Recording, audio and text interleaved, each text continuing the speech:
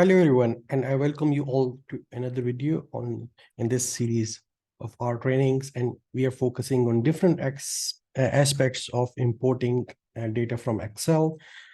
Today we are going to talk about something which we may face very often if we are dealing with large data sets. And when you have data sets in which the number of rows are a million or more, then importing that data set may take a while. And I'm going to tell you a small trick with the help of which you can ensure that it doesn't take a lot of time. For this, I'm going to jump directly into the code. So here are all the libraries which I need for this purpose: read.excel, open Excel SX, deploy, data.table, and write Excel.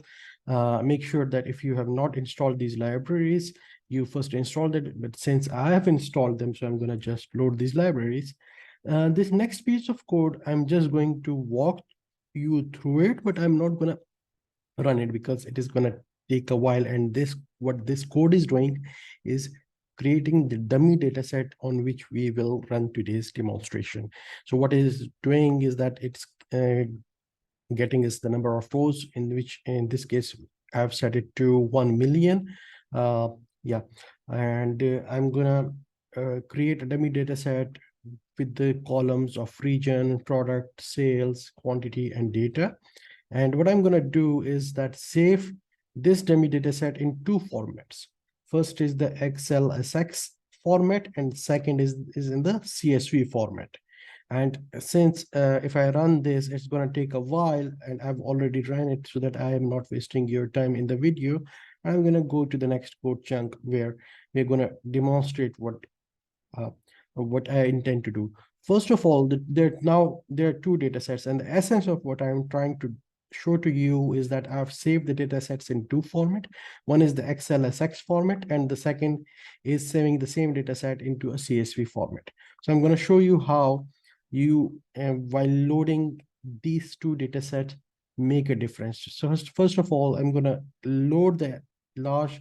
So the data which is saved is known as large data .xlsx, and I'm going to use the read_excel function to load this data set and save it to data_excel.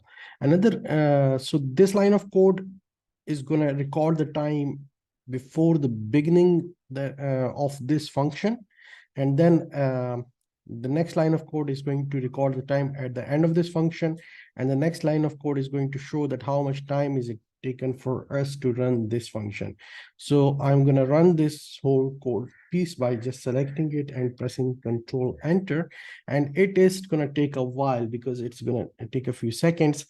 And that's the whole point of this demonstration. And if you can see that it took us around 6 seconds, a bit more than 6 seconds to run it, right?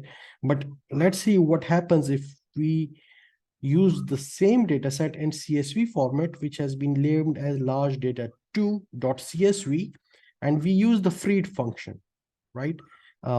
So when and the start and the stop time is recorded in the same way. So it's just the same code, just with one difference rather than two differences. One is that it is using this data set, the same data set in CSV format, and it's using this freed function. So what I'm going to do is that if I run this code, and let's see, it's almost immediate. And if you can see that this it took less than a second, or around 1/10 of a second. So this is quite quick.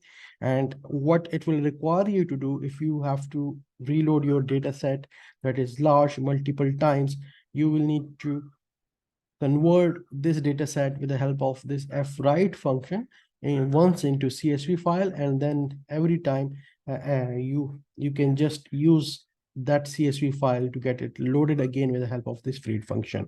So I hope this was helpful.